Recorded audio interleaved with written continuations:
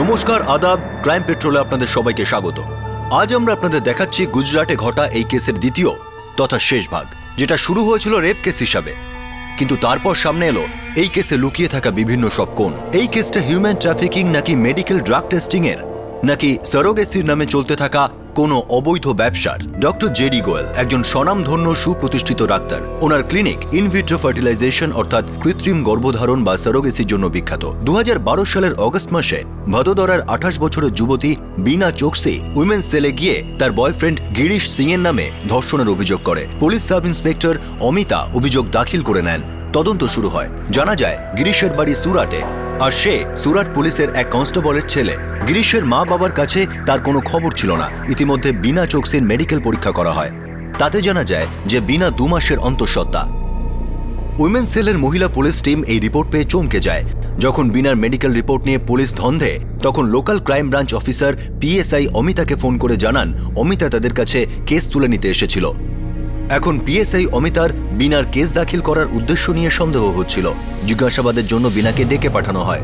Police যখন তাকে চাপ দেয়, বিনা তখন জানায় যে গিরিশকে ভয় দেখানোর জন্য সে অভিযোগ দায়ের করেছিল, যাতে সে গিরিশের থেকে বকেয়া টাকা পেতে পারে। একটা বাচ্চা জন্ম দেওয়ার জন্য গিরিশ তাকে অ্যাডভান্স দেবে বলে কথা দিয়েছিল। সে আরও জানায় 8 মাস আগেও 2008 সালের ডিসেম্বরে বিনা তার জন্য একটা বাচ্চার জন্ম দিয়েছিল। সেই সময়ও গিরিশ তাকে বকেয়া টাকা দেয়নি। অমিতা এটা ভেবে অবাক হয়ে যান যে বাচ্চা জন্ম দেওয়ার জন্য কেউ কেন 2 বার টাকা দেবে। তিনি অনুমান করেন হয়তো এটা কোনো চাইল্ড ট্রাফিকিং এর র্যাকেটের কাজ। বিনা আরও জানায় যে গিরিশের সঙ্গে তার আলাপ হয় 2010 সালে সুরাটের একটা হাসপাতালে। তখন বিনা সেখানে আয়ার কাজ করত। সে জানায় তার স্বামী সন্দীপ সিং তার থেকে আলাদা এখন মহারাষ্ট্রের কোলাপুরে থাকে, আর সে এখন একাই থাকে। সে জানায় সুরাট হাসপাতালের ডাক্তার কৈলাস মেহতা তার সঙ্গে গিরিশের আলাপ করিয়েছিল। সে আরও বলে গিরিশের স্ত্রী তখন কোনো সন্তানের জন্ম দিতে পারেনি। ডক্টর কৈলাস মেহতা তাকে রাজি করান গিরিশের বাচ্চাকে জন্ম দেওয়ার জন্য, যার পরিবর্তে সে টাকা পাবে, কিন্তু তেমনটা হয়নি। গিরিশ তাকে টাকাই দেয়নি। অমিতা উইমেন্স সেলের টিমের সঙ্গে আবারও সুরাটে গিরিশের বাড়িতে পৌঁছয়। সেখানে তারা আরও একটা আশ্চর্যজনক খবর পান যে 2009 সালে গিরিশ তার স্ত্রীর থেকে আলাদা হয়ে গিয়েছিল, তাই বাচ্চা নেওয়ার মতো কোনো কারণ তার কাছে ছিল না। পুলিশ টিম সুরাটের সেই হাসপাতালে পৌঁছয় যেখানে কাজ করে বলে বিনা দাবি করেছিল। হাসপাতাল থেকে জানা যায় সেখানে কৈলাস মেহতা নামে কেউ নেই, আর না তো বিনা নামের কোনো আয়া সেখানে কখনো কাজ করত। পুলিশকে এখনো পর্যন্ত বিনা শোনানো গল্প থেকে শুধুই মিথ্যার সম্মুখীন হতে হচ্ছিল। Crime branch officer women cell অফিসারকে পরামর্শ দেন যে তারা যেন বিনার আগের স্বামী সন্দীপ সিংকে জেরা করে। উইমেন সেল অফিসারের টিম কোলাপুরে যায়। সেখানে তারা সন্দীপ সিং এর কাছ থেকে জানতে পারে বিনার স্বামীর থেকে আলাদা হওয়ার কারণই হলো গিরিশ সিং। বিনার চাহিদা ছিল সচ্ছল জীবনযাপন, যা সন্দীপের পক্ষে দেওয়া অসম্ভব ছিল। গিরিশের সঙ্গে তার স্ত্রীর ভদোদরাতে আলাপ হয়, যেখানে সে তার মায়ের সঙ্গে দেখা করতে যেত। গিরিশ তাকে টাকা আয়ের দারুণ এক পদ্ধতির কথা বলে। পুলিশ জানতে চাইল সেই দারুণ পদ্ধতিটা আসলে কি। সন্দীপ জানায় যে গিরিশ এক ওষুধের কোম্পানির এজেন্ট, আর সে বিনাকে টাকা আয়ের জন্য নিজের উপর ওষুধ প্রয়োগের কথা বলে।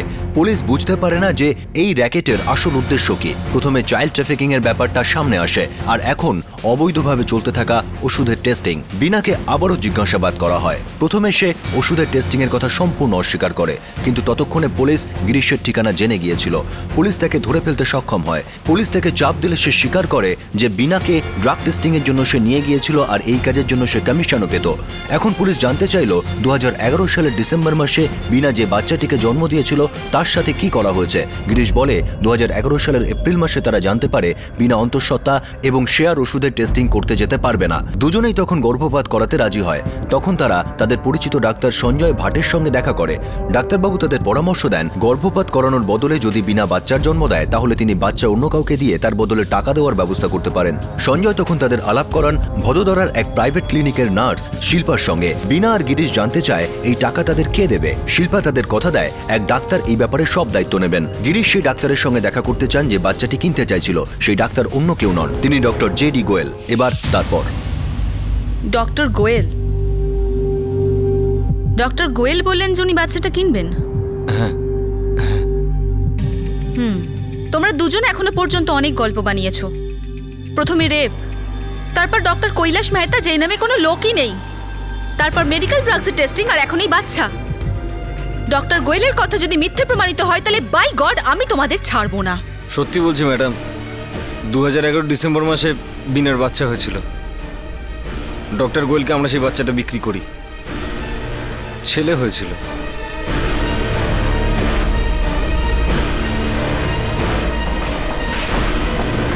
Doctor JD Goel? হ্যাঁ sir, doctor JD Goel. Amita, Bina আর গিরিশের কথার উপর ভরসা করা উচিত হবে না। এই দুজন এর আগেও অনেক মিথ্যে কথা আমাদের বলেছে। ডক্টর জেডি গোয়েলের অনেক সুনাম রয়েছে। He is a famous doctor. ওনার স্ত্রীরও উপর মহলে যথেষ্ট জানাশোনা। আমাদের এই কেসে খুব সাবধানে এগোতে হবে। তো স্যার, আপনার কথা অনুযায়ী এখন আমাদের কি করা উচিত? ওয়েল, সবার আগে সঞ্জয় ভাটকে জিজ্ঞাসাবাদ করো। ওর স্টেটমেন্ট নাও, আরো প্রমাণ জোগাড় করো। তারপরে আমরা এই কেসে এগোতে পারবো। ডাইরেক্ট ডক্টর জেডি গোয়েলের উপর আঙুল তুললে সেটা এই কেসের পক্ষে ভালো হবে না। Right sir.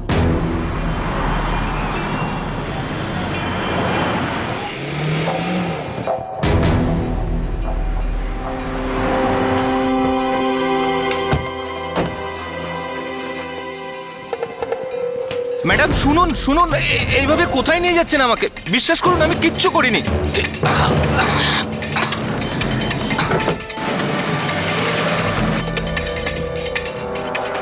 দেখুন ম্যাডাম, গিরিশ মিথ্যে কথা বলছে। যখন উল্টো ঝুলিয়ে রাখবো না তখন কথা এমনিই বেরোবে। দেখো, আমাকে কথা ঘোরাবার চেষ্টা করো না। চলো এবার বলো, সত্যিটা কি? ম্যাডাম বলো। ম্যাডাম, আমি কিছুদিন ধরে কেআরএস ক্লিনিকের জন্য কাজ করছিলাম। ডক্টর জেডি গোয়েলের ক্লিনিক? হ্যাঁ। আর এর সাথে যুক্ত ডক্টর জেডি গোয়েলের নার্স শিল্পা আর অ্যাটেন্ডেন্ট ঘনশ্যাম, রাইট? হ্যাঁ ম্যাডাম। এবার বলো র্যাকেটটা কি? বাচ্চাগুলো কোথায় যাদের বেঁচে দিয়েছিলে? দেখুন আমি কিচ্ছু জানি না। আমাকে শুধু এইটুকুই বলা হয়েছিল যে মহিলারা গর্ভপাত করার জন্য আসবে, তাদের কেআরএস ক্লিনিকে পাঠানোর জন্য, আর এর জন্য আমি টাকাও পেতাম। তারপরে কি হয় সেটা ঘনশ্যাম আর শিল্পাই জানে। মন্দিরে ডক্টর জেডি গোয়েলের বিষয়ে সমস্ত ডিটেল জড়ো করো, ওনার ব্যাকগ্রাউন্ড, ওনার কাজকর্ম সবকিছু। ততক্ষণ আমরা শিল্পার ঘনশ্যামকে ইনভেস্টিগেশনের জন্য নিয়ে আসছি। Okay madam.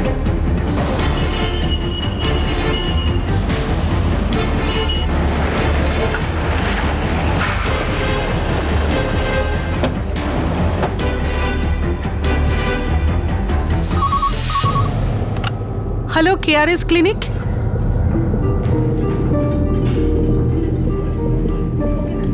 Yeah. শিল্পা? Yes, ma'am. How can I help you? Ghanshyam কোথায়? আরে এটা কি করছেন? ম্যাডাম, গোয়েল স্যারকে অন্তত ইনফর্ম করতে দিন। তুমি চিন্তা করো না, উনি ঠিক জানতে পেরে যাবেন।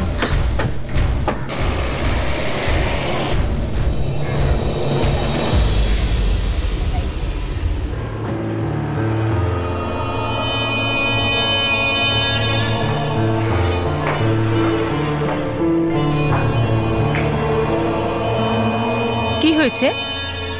ঘনশ্যাম আর শিল্পাকে পুলিশ তুলে নিয়ে গেছে। কিন্তু কেন? জানি না।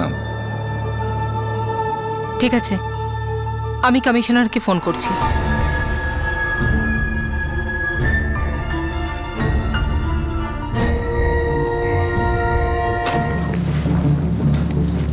ম্যাডাম, ডক্টর জেডি গোয়েল এই শহরের গণ্যমান্য গাইনোকোলজিস্ট। ইনি অনেকগুলো মেডিকেল কলেজের ভিজিটিং প্রফেসর, এমনকি উনি মেডিকেল অ্যাসোসিয়েশনের সিনিয়র মেম্বার। ম্যাডাম, ওনার ক্লিনিক দুটো জিনিসের জন্য বিখ্যাত। এক তো কৃত্রিম গর্ভধারণের জন্য, আর দ্বিতীয়টা হলো সারোগেসি। আপনি নেটেও চেক করতে পারেন। নাম আছে, টাকা আছে, আর বউয়ের আবার ওপর মহল অব্দি হাত আছে।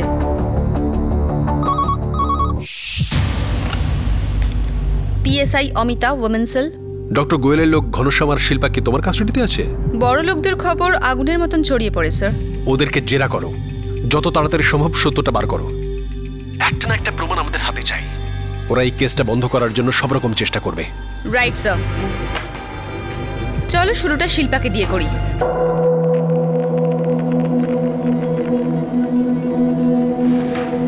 সোজা কাজের কথায় আসা যাক। 2011 ডিসেম্বরে বিনা চক্সি ডক্টর গোয়েলের ক্লিনিকে একটি বাচ্চাকে জন্ম দেয়। ওই বাচ্চাটাকে তোমরা কোথায় বিক্রি করেছো? কি যাতা বলছেন আপনি? এত রেপুটেড মেটার্নিটি হোম, ওখানে বাচ্চা বিক্রি হতে যাবে কেন? গিরিশ আর বিনা বাচ্চাটার বাবা মা ডক্টর গোয়েলের সঙ্গে দেখা করে। তুমি দেখা করিয়েছিলে। আর এই মিটিংটা ছিল বাচ্চাটা বিক্রি করার টাকা দেওয়ার জন্য। কে সঞ্জয়? গিরিশটাই বা কে? আর এই বিনাটা কে? সঞ্জয়ও তোমার মতো না বলছিল ও কিচ্ছু জানে না। তারপর ওকে আমরা তোমাদের দুজনের কথোপকথনের রেকর্ডস দেখালাম, আর তখন ওর মনে হলো যে ওর সত্যিটা বলে ফেলা উচিত। তুমি তো সঞ্জয়কেও চেনো না। তোমাদের দুজনের 2 দিন 3 দিন ছাড়া ছাড়াই 2বার 3বার কথা হতো। আরও একটা কথা, গিরিশ সিং, সঞ্জয় ভাট আর বিনা চকসি, এরা 3 জন আমাদের হেফাজতে। একটু একটু করে যত ওদের চাপ দেওয়া হবে, ওরা 3 জন তোমাদের দিকে আঙুল তুলবে, বলে দেবে যে এই র্যাকেট তোমরা দুজনই চালাও। ইনভেস্টিগেশন চলাকালীন ডক্টর গোয়েলের নাম উঠে আসবে। নাম করা লোক এই কেস থেকে বাঁচার জন্য সম্পূর্ণ চেষ্টা করবেন, বেঁচেও যাবেন। হতে পারে তোমাদের দুজনকেই ফাঁসিয়ে দেবেন, বলবেন যে এই র্যাকেটের বিষয়ে উনি কিছু জানেনই না। তাই ভালো হয় যদি সত্যিটা বলো, অন্তত নিজেদের জীবনটা বাঁচাও। ডক্টর গোয়েল নিজেরটা ভেবে নেবেন, তোমরা নিজেদেরটা চিন্তা করো।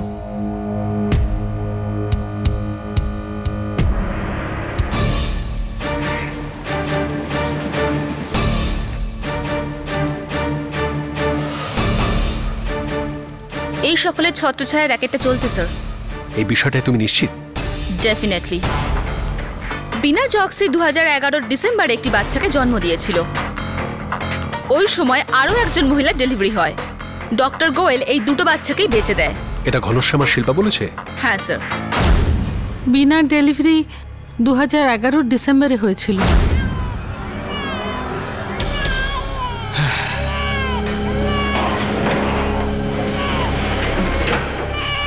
এদিকে এসো।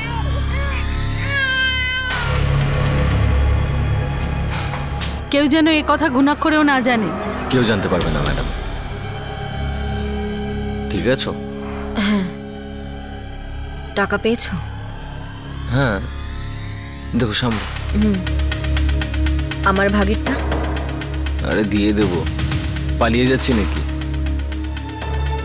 কিন্তু একটা কথা, ব্যবসাটা কিন্তু জব্বর, পকেটের কামাই। আচ্ছা শোনো, শিল্পাকে বলো যে 2টো বাচ্চাটি যেন ভালো করে খেয়াল রাখে। ওরা 2জন পরশু অবধি আমাদের কাছে থাকবে। আচ্ছা স্যার। 2 দিন বাদে 2টো বাচ্চাই চলে যায়। কোথায়? ডক্টর গোয়েল বাচ্চাদের কোথায় বিক্রি করেছে? ম্যাডাম সেটা আমরা জানি না। আমাদের কাজ বাচ্চাটা জন্মানোর থেকে ডেলিভারি করা অবধি, এছাড়া আমরা কিচ্ছু বলতে পারবো না। হসপিটালে এই বাচ্চাদের কোনো রেকর্ডস আছে?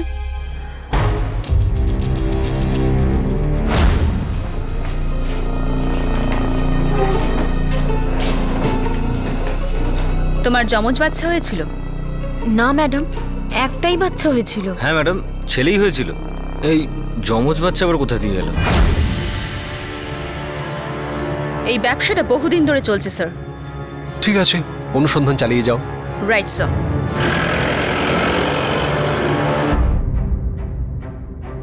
তাহলে ডক্টর গোয়েলের ক্লিনিকে রেড করার জন্য আর ওকে জিজ্ঞাসাবাদ করার জন্য আপনার অর্ডার চাই? হ্যাঁ স্যার, তদন্ত যাতে এগোতে পারে সেজন্য চাই। স্যার, আমার মনে হচ্ছে এটা চাইল্ড ট্রাফিকিং এর কেস হতে পারে, আর তার সাথে মেডিকেল ড্রাগ টেস্টিং এর কেসও। সম্পূর্ণভাবে ইনভেস্টিগেশন করার পরেই আমরা এই সিদ্ধান্তে পৌঁছেছি sir. Alright, I will give you the orders.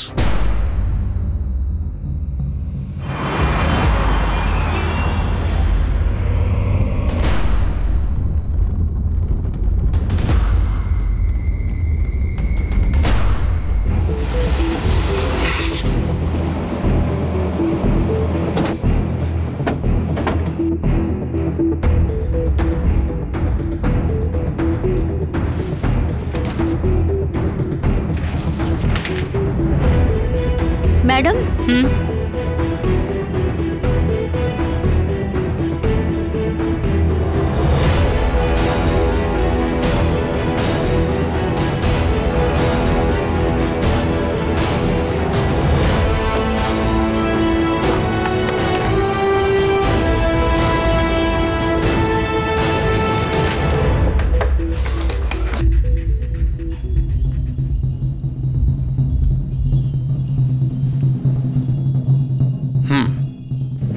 Don't worry mister Goel, আমি কোর্টে অ্যাপিল করব। দেখুন, আপনি একটু তাড়াতাড়ি করবেন। ওদের কাছে ওর অ্যারেস্ট ওয়ারেন্ট আছে। আমি কাল সকালেই বেলের জন্য আবেদন দাখিল করে দিচ্ছি। অ্যান্টিসিপেটরি বেল পেয়ে যাবেন, আপনি নিশ্চিন্তে থাকুন। ঠিক আছে। হ্যাঁ হ্যাঁ,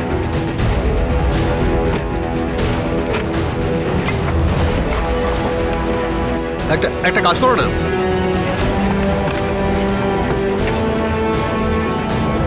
আমি আমার টিমকে নিয়ে ডক্টর গোয়েলের বাড়িতে যাচ্ছি। Okay sir. চলো।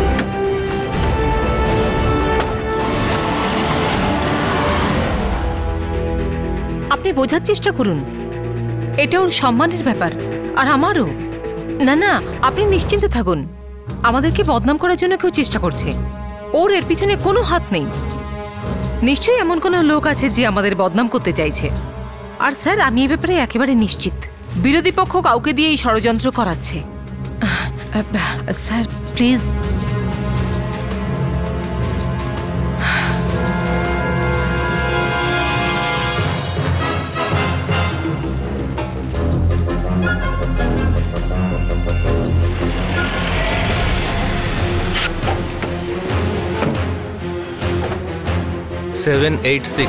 স্যার, ভেতরে কিচ্ছু পেলাম না।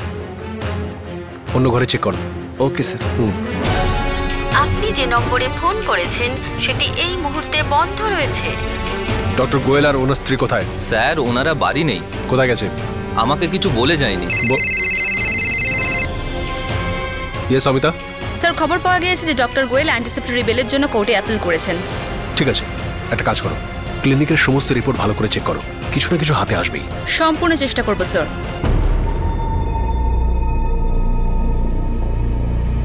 স্যার, এই সমস্ত পুলিশ ইনভেস্টিগেশন আমার ক্লায়েন্ট মিস্টার গোয়েলের এমপ্লয়িজের কথার ভিত্তির ওপর করা হয়েছে, যেটা আসলে একটা ষড়যন্ত্র। কিছু লোক বদনাম করতে চায় ডক্টর গোয়েলকে, শহরের নামকরা গাইনোকোলজিস্ট মিস্টার গোয়েল, আর পুলিশ ওনার ওপর এই অভিযোগ করছেন যে ইনি বাচ্চা বিক্রির র্যাকেটের সঙ্গে জড়িত। এই অভিযোগ পুরোপুরি ভিত্তিহীন, কিছু কর্মচারীর বক্তব্য অনুযায়ী আর কিছু লোকের কথা অনুযায়ী, যাতে সমস্ত স্টেটমেন্ট একেবারে ভুল। এই রকম দুর্বল অভিযোগে এরকম সম্মানীয় ব্যক্তির ওপরে কেমন করে আঙুল তোলা যায় স্যার? আমার ক্লায়েন্ট ডক্টর গোয়েল নিজের অ্যান্টিসিপেটরি বেলের জন্য আবেদন দাখিল করতে চান, কেননা ইনি এই ভয় পাচ্ছেন যে পুলিশ ওনাকে হেফাজতে নিয়ে ওনার বিরুদ্ধে কিছু মিথ্যা মোকদ্দমা সাজাতে পারে। আমি রিস্ট্রেনিং অর্ডার দিয়ে দিতে পারি, কিন্তু পুলিশের কথাও আমাকে শুনতে হবে। কাল আবার শুনানি হবে। স্যার, আমি বলছিলাম কি, যতক্ষণ না পুলিশের হাতে একটা পোক্ত প্রমাণ আসছে ততক্ষণ পর্যন্ত আপনি রেস্ট্রেনিং অর্ডারটা দিয়ে দিন। কালকের ডেট তো দিচ্ছি, কাল আবার শুনানি হবে। Yes sir.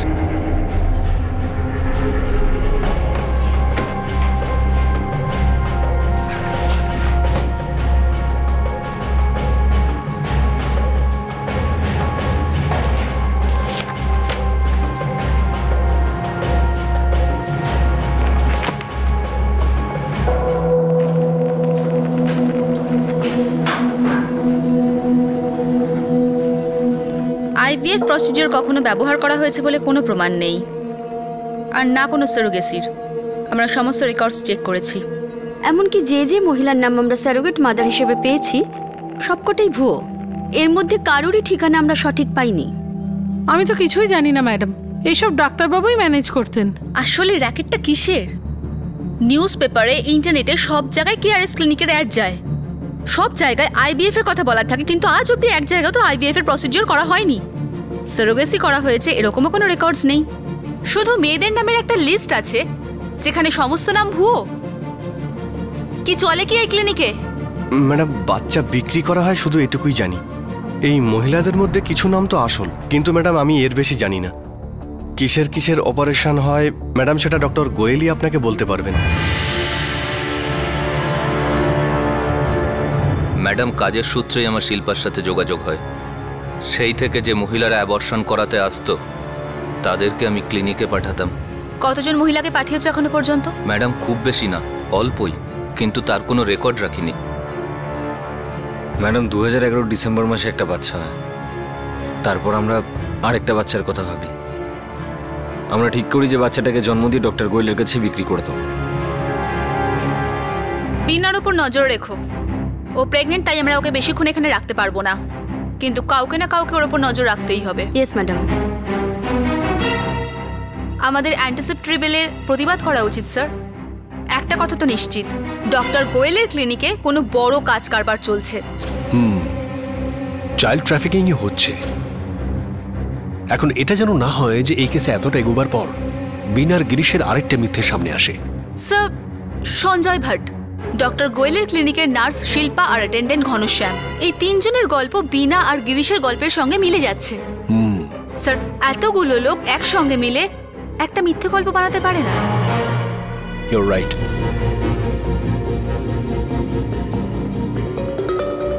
Milord, police doctor গোয়েলের ক্লিনিকের সমস্ত কাগজ বাজেয়াপ্ত করেছে, কিন্তু এখনো পর্যন্ত ওনারা এমন কিছু প্রমাণ পাননি যেটা থেকে প্রমাণ হয় যে আজ পর্যন্ত ডক্টর গোয়েলের ক্লিনিক থেকে কোনো বাচ্চা বিক্রি করা হয়েছে। মিলার্ড, হসপিটালের সমস্ত রেকর্ড দেখলে পরিষ্কার একটা ব্যাপার সামনে আসে যে ওখানে কোনো না কোনো র্যাকেট চলছে। ওখানে যা রেকর্ড রয়েছে তা সন্দেহজনক। আমাদের কাছে এমন 4 জন আছে যারা এই কেসের ব্যাপারে একই গল্প বলছে। তাই আপনার কাছে অনুরোধ করছি যে ডক্টর গোয়েলকে পুলিশ হেফাজতে নিয়ে জিজ্ঞাসাবাদের জন্য অনুমতি দিন। মিলর্ড, প্রমাণ ছাড়া কাস্টাডির প্রশ্ন আসে কি করে? মিলর্ড, তদন্তের স্বার্থে ডক্টর গোয়েলকে পুলিশ হেফাজতে নিয়ে জিজ্ঞাসাবাদ করাটা প্রয়োজন। স্যার, পুলিশ লিখিত প্রশ্ন পাঠাতে পারে যার উত্তর আমার ক্লায়েন্ট দিয়ে দেবে।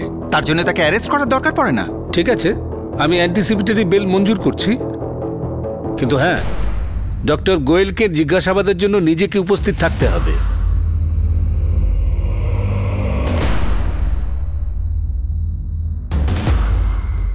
তদন্ত চালিয়ে যাও, কাউকে পরোয়া করো না।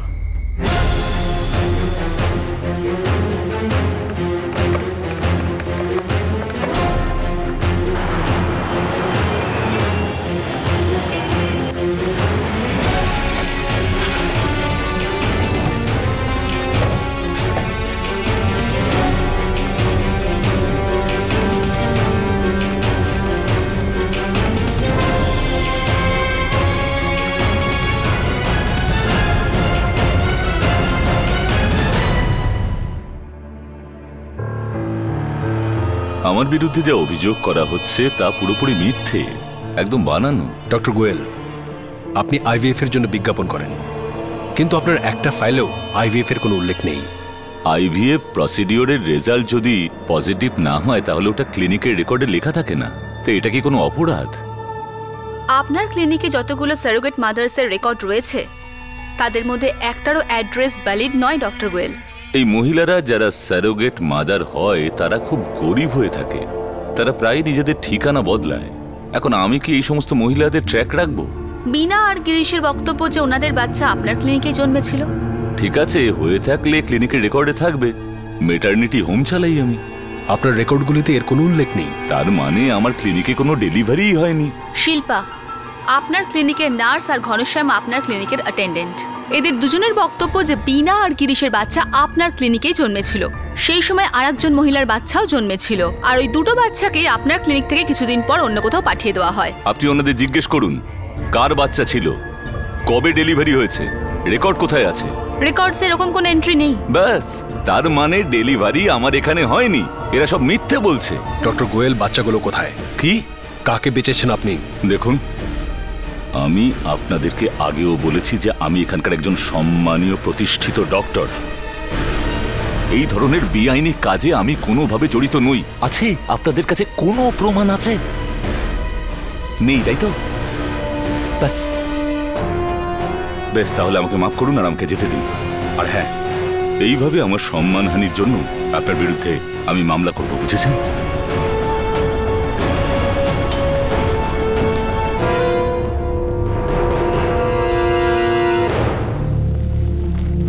কোনো জায়গা থেকে এমন কোনো প্রেশার আসেনি যে আমরা অনুসন্ধান বন্ধ রাখি, কিন্তু এমন কোনো প্রমাণও নেই যে কেসটা নিয়ে আমরা এগোতে পারি।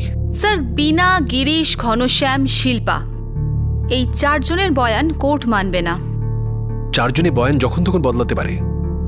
অমিতা, কোনো পোক্ত প্রমাণ দরকার। এই ডক্টর ভীষণ ক্ষমতাবান, চালাক খুব। ও জানে কি করে এই কেস থেকে বেরোতে হবে। এর উপরে বেশ কিছু মেডিকেল কেসও আছে, সরকারি যোজনাতে গোলমাল করার কেসও আছে। এই জন্য একে সরকারি যোজনা থেকে বাইরে রাখা হয়েছে, কিন্তু তার সত্ত্বেও বুক ঠুকে ব্যবসা চালিয়ে যাচ্ছে। স্যার, আমার ঘনশ্যাম আর শিল্পাকে আরও একবার জিজ্ঞাসাবাদ করা উচিত। হতে পারে অন্য কোনো কথা সামনে আসবে, কোনো পোক্ত প্রমাণ। সব রকম চেষ্টা করে যাও। Right sir.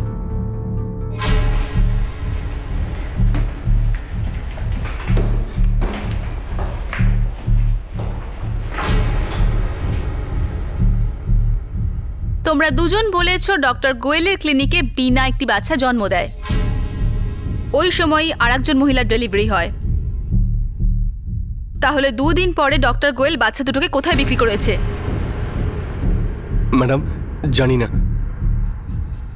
এই র্যাকেটটা অনেকদিন ধরে চলছে, তাই না? ডক্টর গোয়েল বাচ্চা বিক্রি করার জন্য কোত্থেকে লোক পেতেন? এই টাকা পয়সার লেনদেন কোথায় হতো, কিভাবে হতো? অফিসের ভেতরে না অফিসের বাইরে? ম্যাডাম সত্যি জানি না, হয়তো লেনদেন ক্যাশেই হয়ে থাকবে, কিন্তু বাচ্চা কেনার জন্য লোক কোথা থেকে আসতো এটা বলতে পারবো না ম্যাডাম। ম্যাডাম, ডাক্তারবাবু নিজেই ওই বাচ্চাদের বার্থ সার্টিফিকেট বানিয়ে দিতেন।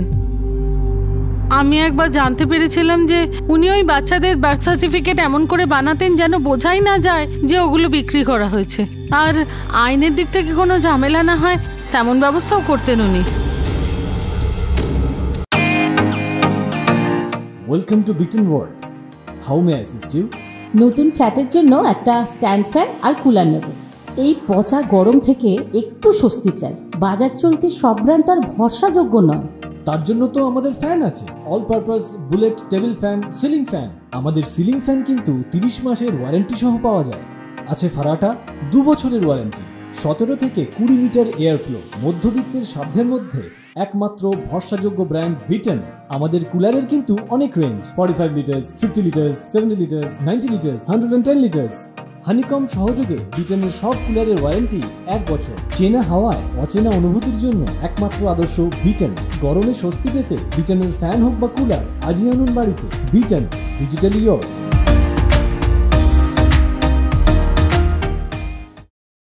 ডাক্তারবাবু নিজেই ওই বাচ্চাদের বার্থ সার্টিফিকেট বানিয়ে দিতেন। আমি একবার জানতে পেরেছিলাম যে উনি ওই বাচ্চাদের বার্থ সার্টিফিকেট এমন করে বানাতেন যেন বোঝাই না যায় যে ওগুলো বিক্রি করা হয়েছে, আর আইনের দিক থেকে কোনো ঝামেলা না হয় তেমন ব্যবস্থাও করতেন উনি।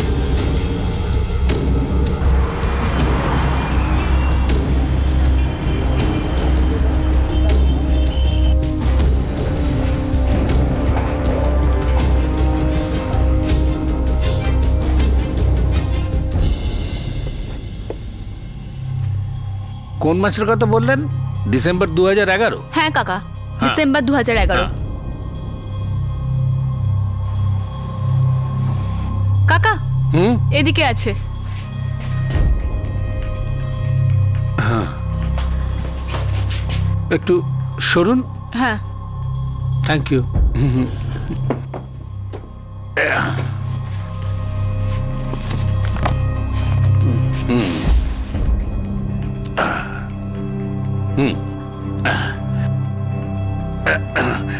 ম্যাডাম, দিন তারিখ বলে দিলে খুঁজতে সুবিধা হতো। সেটা আমরা দেখে নিচ্ছি, আপনি চিন্তা করবেন না।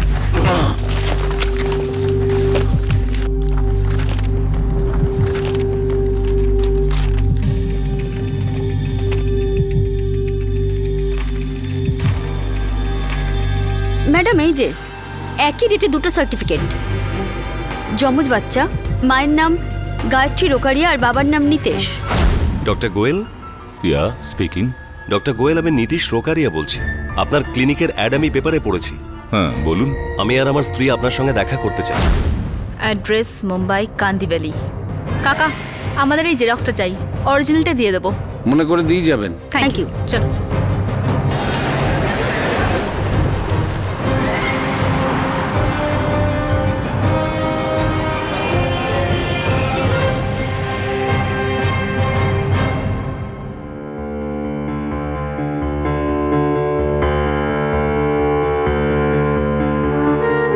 এই শোন।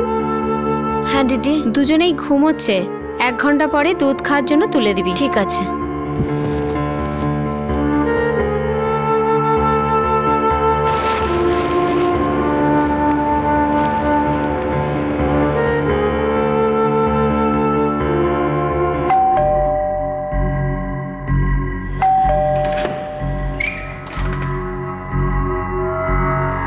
মিসেস গায়ত্রী রোকরিয়া। হ্যাঁ বলুন। বরোদা পুলিশ। আমাদের আপনার আর আপনার স্বামীর সঙ্গে কিছু কথা আছে। কিন্তু ও তো অফিসে গেছে। তাহলে আপনি তাকে বাড়িতে ডেকে নিন বা আমরা অফিস যাচ্ছি।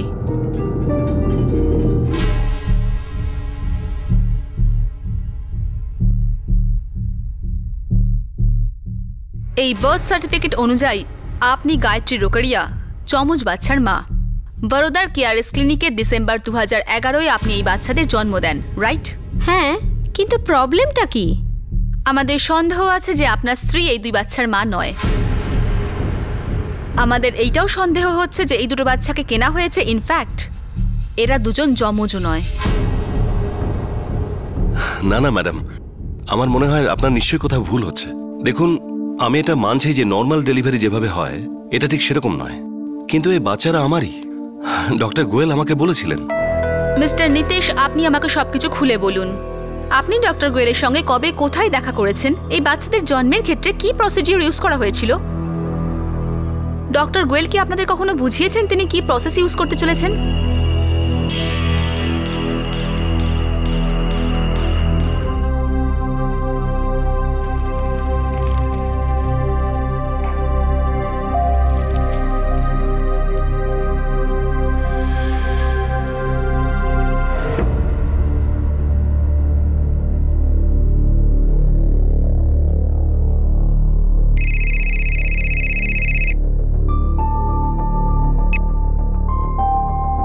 ডক্টর গোয়েল। ইয়া স্পিকিং। আমরা আপনার সাথে দেখা করতে চাই। আমি আর আমার স্ত্রী দেখা করার জন্য ওনার ক্লিনিকে চাই। ডাক্তারবাবু, 9 বছরের ওপর হয়ে গেছে আমাদের বিয়ে হয়েছে, আমাদের কোনো সন্তান নেই। তাতে এত চিন্তার কি আছে? এটা 21 শতাব্দী, মেডিকেল সায়েন্স অনেক এগিয়ে গেছে। আপনারা একদম সঠিক জায়গায় এসেছেন, একদম সঠিক সিদ্ধান্ত নিয়েছেন আপনারা এখানে আসার।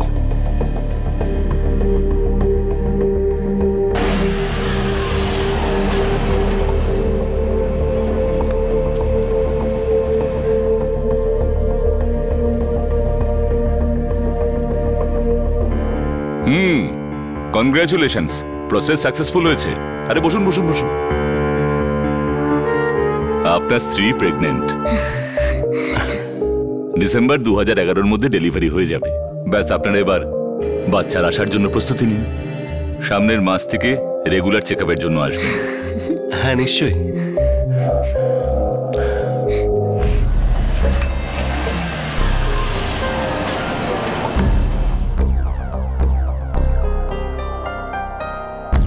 আস্তে, সাবধানে।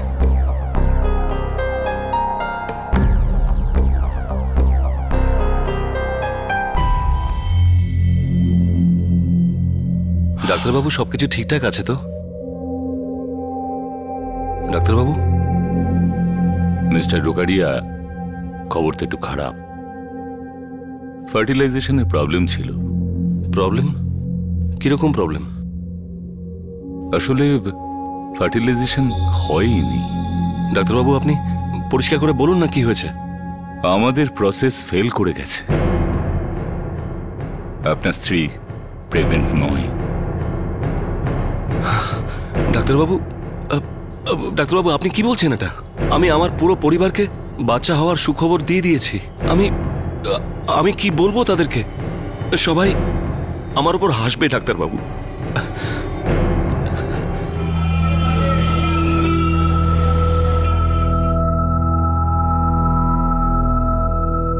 কি হয়েছে? ডাক্তারবাবু কি বলল? কিছু না। তুমি আমার কাছে কিছু লুকোচ্ছ, বলো না ডাক্তার কি বলেছে? আমরা দুজন বুঝতে পারছিলাম না যে আমাদের কি করা উচিত। আমরা মুখ দেখাবো কি করে। আর ঠিক তখনই ডক্টর গোয়েলের ফোন এলো।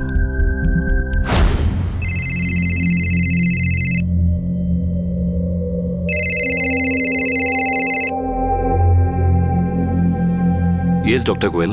মিস্টার নিতেশ, আমি আপনাদের নিয়ে ভাবলাম আর আমার খুবই খারাপ লাগছিল। কোনো ব্যাপার না, আমি সব বুঝতে পারছি। আচ্ছা মিস্টার নিতেশ, আপনি কখনো স্যারোগেসি নিয়ে কিছু শুনেছেন? হ্যাঁ। যদি আপনি স্যারোগেসি নিয়ে রাজি থাকেন তাহলে আমি চেষ্টা করতে পারি। আমাকে আমার স্ত্রীর সাথে কথা বলতে হবে। ঠিক আছে, আপনি ভেবেচিন্তে আমায় জানান। আমরা দুজনে মিলে ঠিক করলাম যে আমাদের বাচ্চা চাই। এটা মে 2011 ঘটনা। হ্যাঁ, 1 মাসের মধ্যেই ডক্টর গোয়েলের ফোন এলো আর উনি বললেন যে প্রসেস সাকসেসফুল হয়েছে, আর তাও কোনো সারোগেট মাদারের সঙ্গে। ম্যাডাম, মে 2011, এটা ওই সময় যখন গিরিশ আর বিনা জানতে পারলো যে বিনা প্রেগনেন্ট। তখন ওরা সঞ্জয় ভাটের কাছে গেল আর সেখান থেকে জেডি গোয়েল। কিন্তু ব্যাপারটা কি, আমাদের কি কোনো ভুল হয়েছে? মিস্টার নিতেশ, স্যারোগেসি চলাকালীন ডক্টর গোয়েল কখনো আপনাদের জানিয়েছেন যে আপনাদের যমজ বাচ্চাও হতে পারে? হ্যাঁ, মানে অগাস্ট 2011-তে।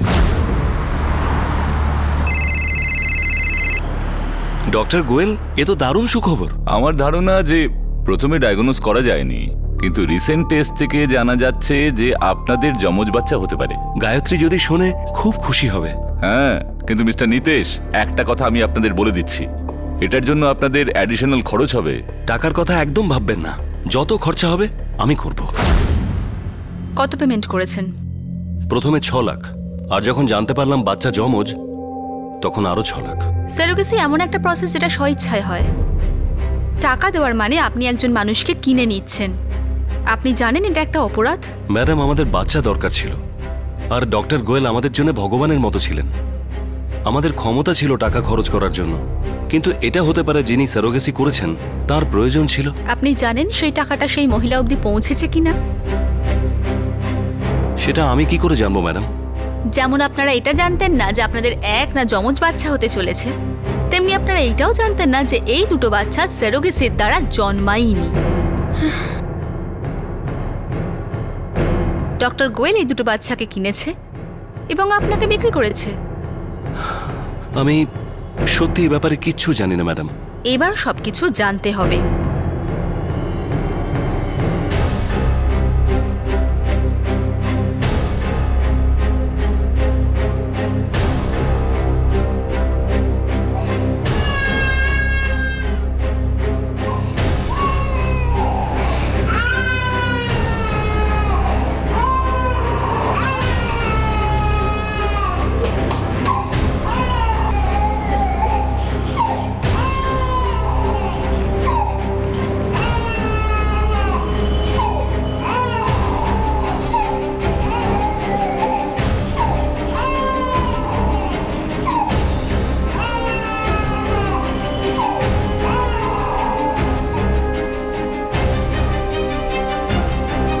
গিরিশ,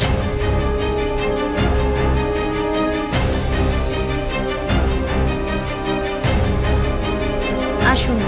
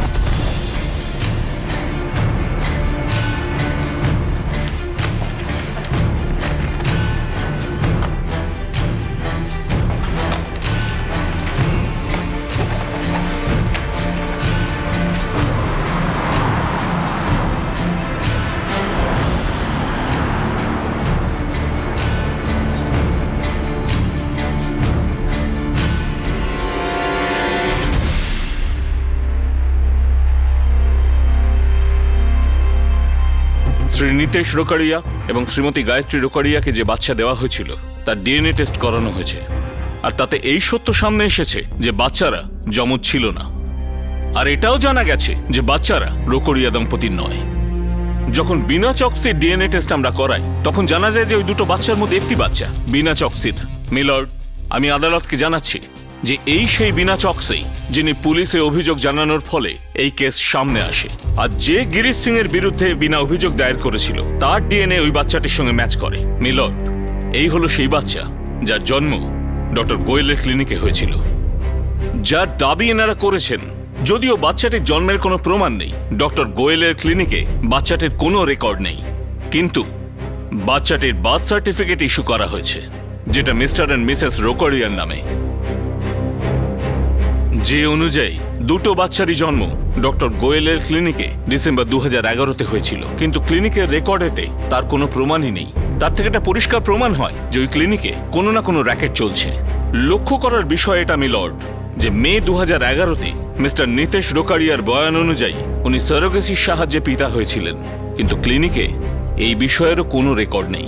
মিলর্ড, এই বার্থ সার্টিফিকেটটা নকলও তো হতে পারে। সার্টিফিকেট বার্থ রেজিস্ট্রেশন অফিস থেকেই করানো হয়েছে। এটা একটা ষড়যন্ত্র মিলর্ড, আমার ক্লায়েন্টের বিরুদ্ধে একটা ষড়যন্ত্র। মিলর্ড, আমি আপনাকে আরও একটা কথা জানাতে চাই যে এই কেসে শুরু হয়েছিল একজন মহিলার উইমেন সেলে তার নিজেরই বয়ফ্রেন্ডের বিরুদ্ধে রেপের অভিযোগ আনার ফলে। উইমেন সেল এবং ক্রাইম ব্রাঞ্চ এই কেসে এই কারণে গুরুত্ব দিয়েছে যাতে তারা জানতে পারে এই মহিলার অভিযোগের পেছনের আসল উদ্দেশ্য কি। মিলর্ড, তদন্ত চলাকালীন পুলিশ আধিকারিকরা কোনোভাবেই আন্দাজ করতে পারেননি যে এখানে কোনো চাইল্ড ট্রাফিকিং র্যাকেট চলছে। যেভাবে এক এক করে সত্য সামনে বেরিয়ে এসেছে, ঠিক সেইভাবে এটাও সামনে এসেছে যে এই র্যাকেট ডক্টর গোয়েল চালাচ্ছেন। এখন আপনি বলুন, এক্ষেত্রে ডক্টর গোয়েলের বদনাম করতে বা ওনার বিরুদ্ধে কোনো ষড়যন্ত্র করার উদ্দেশ্যটা কি? একটা কেসের সত্যতা বার করতে তদন্ত চলাকালীন বেরিয়ে আসে একটি র্যাকেটের কেস, এটা যার কেন্দ্র ডক্টর গোয়েল আর ওনার ক্লিনিক। তাই আপনার কাছে অনুরোধ করছি, ডক্টর গোয়েলকে হেফাজতে নিয়ে জিজ্ঞাসাবাদের জন্য অনুমতি দিন। কেননা ডক্টর গোয়েল ধনী ব্যক্তি, নামজাদা, ওনার প্রভাব ওপর পর্যন্ত। তাই এটা হতে পারে যে নিজের পজিশন, নিজের পয়সার ক্ষমতা ব্যবহার করে এই তদন্ত বন্ধ করতে পারেন। মিলর্ড, আমার মক্কেল এই মামলায় প্রথম থেকে সাহায্য করে আসছেন, তাহলে তাকে অ্যারেস্ট করার প্রয়োজনটা কি? মিলর্ড, দুটো বাচ্চার মধ্যে একটা বাচ্চার আসল বাবা মাকে সেই সত্যটা সামনে এসেছে, কিন্তু দ্বিতীয় বাচ্চাটি কার, তার বাবা মার পরিচয় কি, এই সত্যিটা ডক্টর গোয়েলই শুধু জানেন। তার সঙ্গে এটাও দেখতে হবে যে ক্লিনিকের সমস্ত রেকর্ড আদৌ জেনুইন কিনা। এই কারণেই ওনাকে হেফাজতে নিয়ে জিজ্ঞাসাবাদ করা জরুরি। মিলর্ড, আরে আপনারা কি করছেন?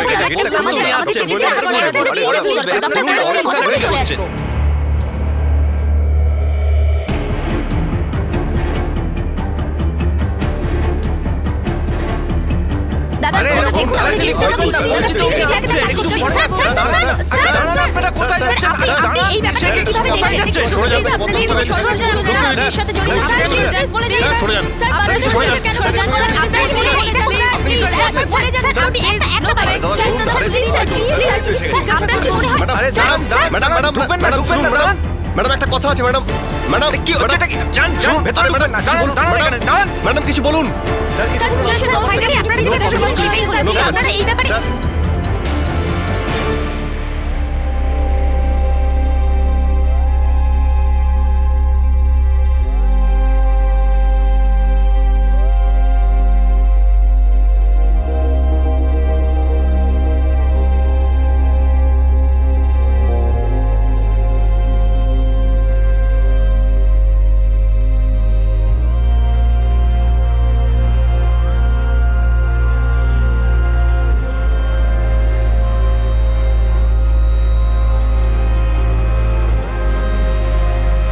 তাহলে এই রিপোর্টগুলো ভুল? হ্যাঁ, একদমই। এটা দেখুন, আপনি নিজের অপরাধ স্বীকার করে নিন। এই সমস্ত রিপোর্ট আপনার বিরুদ্ধে আছে। আমার বিরুদ্ধে ভালো করে দেখুন সমস্ত রিপোর্টগুলো। আমার কথাটা আপনি শুনুন অফিসার, শুনুন। আমি এই ধরনের আপনার বিরুদ্ধে এত প্রমাণ রয়েছে যে আপনি সহজে ছাড় পাবেন না। কোর্ট আপনাকে ছেড়ে দেবে না, সেটা মাথায় রাখুন। না, ভালো জানতো সত্যিটা স্বীকার করুন। ডক্টর গোয়েলকে জিজ্ঞাসাবাদ করে পুলিশ দ্বিতীয় বাচ্চাটির মায়ের সন্ধান পায়। রিপোর্ট থেকে আরও জানা যায় যে ডক্টর গোয়েল নিতেশ আর গায়ত্রীকে যে দুটি বাচ্চা দিয়েছিল তাদের মধ্যে একজন বিনার সন্তান, আর দ্বিতীয় বাচ্চাটিও সে ছিল না যাকে প্রথমে দেওয়া হয়েছিল। তার বদলে তৃতীয় কোনো বাচ্চাকে দেওয়া হয়, কারণ প্রথমে দেওয়া দ্বিতীয় বাচ্চাটির কিছু সমস্যা ছিল। পুলিশ এখন এটা জানতে ব্যস্ত যে এই র্যাকেটের শিকড় কত দূর পর্যন্ত এবং কত গভীরে গিয়ে পৌঁছেছে। পুলিশ সেই সব মহিলার খোঁজ করছে যারা ডক্টর গোয়েলের সঙ্গে এই র্যাকেটে কাজ করত। 2013 মার্চের শেষে ডক্টর গোয়েল জামিন পেয়ে যান, আর তাকে তার পাসপোর্ট জমা রাখতে বলা হয়েছে। ওনার উপর নিষেধাজ্ঞা জারি করা হয়েছে যে উনি কোনো কলেজে লেকচার দিতে পারবেন না, আর তার সাথেই তাকে কঠোর ওয়ার্নিং দিয়ে বলা হয়েছে যদি উনি আবারও অবৈধ গর্ভপাত বা কোনো বাচ্চা বিক্রির অপরাধ করেন তাহলে তার জামিন খারিজ হয়ে যাবে। এই কেসের ট্রায়াল এখনও শুরু হয়নি। একটা কেস যেটা একজন মহিলাকে ধর্ষণের অভিযোগ থেকে শুরু হয়েছিল, যার উদ্দেশ্য ছিল নিজের বয়ফ্রেন্ডকে উচিত শিক্ষা দেওয়া, আর সেই কেসের তদন্ত করতে গিয়ে child trafficking, medical drug testing আর নকল স্যারোগেসির র্যাকেট সামনে চলে এলো।